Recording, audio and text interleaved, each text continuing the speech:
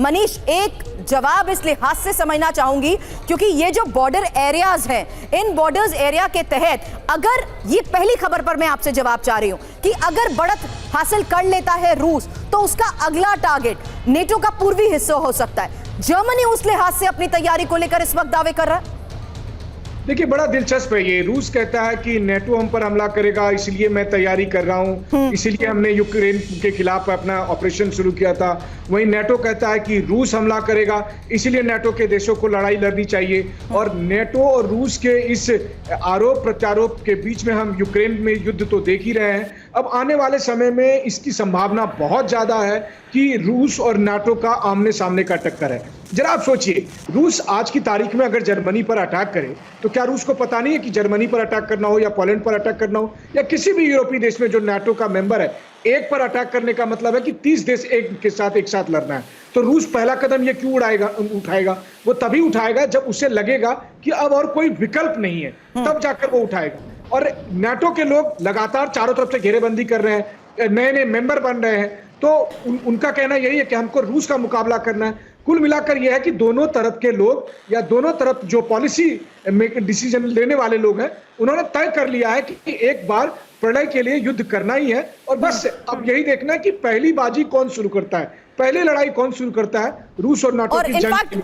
इस वक्त के हालात यही बयां कर रहे हैं कि महायुद्ध की आशंका के बीच नेटो के लिए यह खबर अच्छी नहीं है, क्योंकि नेटो को घेरने का प्लान तैयार हो गया है और पुतिन ने गतिविधियां भी बढ़ा दी हैं। साथ ही अमेरिका भी एक्टिव है। अब पुतिन की नजर यूक्रेन जीतने के बाद नेटो पर है। खासतौर से पूर्वी नेटो के देश पुतिन के युद्धक रडार पर आ गए हैं और पुतिन को रोकने के लिए नेटो यूक्रेन को मजबूत करना चाहता है, क्योंकि अगर रूस यूक्रेन में हारा तो पुतिन के हौसले टूट जाएंगे और पुतिन नेटो पर हमला करने की नहीं सोचेंगे। लेकिन एक्सपर्ट्स का अनुमान यही है कि पुतिन अगले कुछ महीनों में यूक्रेन को हरा देंगे और उसके बाद पुतिन का अगला मिशन हो जाएगा शुरू।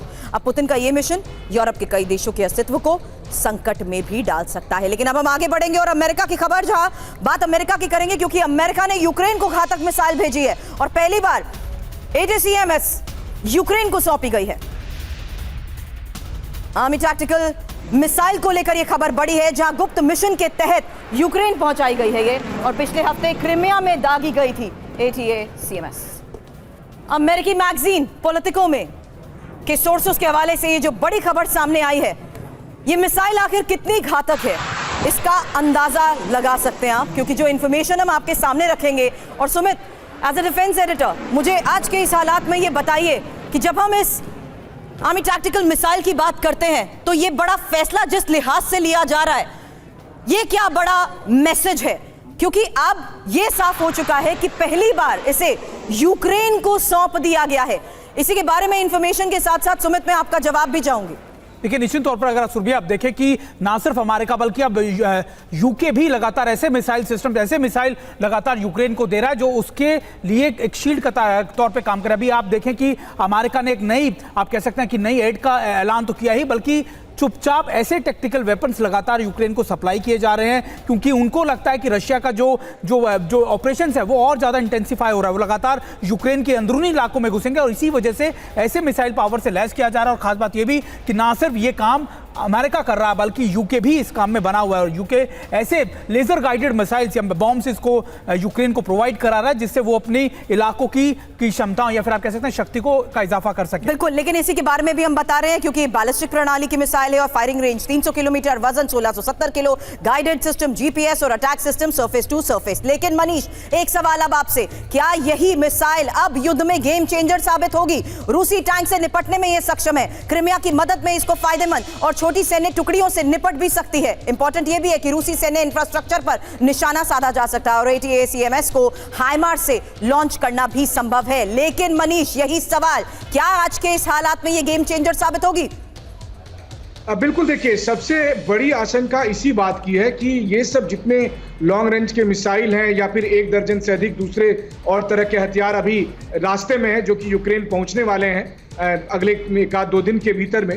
तो वैसी स्थिति में आप सोचिए कि जब इसके जरिए रूस के अंदरूनी इलाके में हमला होगा तो फिर रूस का रिएक्शन क्या होगा? तब वो कहेगा कि अमेरिका के हथियार से रूस के भीतर हमला हो गया, तो इसलिए हम नाटो के खिलाफ कार्रवाई करेंगे, हम उन जगह पर कार्रवाई करेंगे जहां अमेरिका के सैन्य बेस मौजूद हैं या अमेरिका के हथियार रखे हुए हैं। और वैसी स्थिति में जर्मनी, पोलैंड या दूसरे और जगह के जो बेसेस हैं वो उनके निशाने पर हो सकते हैं। देखिए, जब तक ये लड़ाई क्रीमिया तक है तब तक तो फिर रूस और यूक्रेन का जो 2 साल से जैसे युद्ध चल रहा है यही धीरे धीरे बढ़ेगा।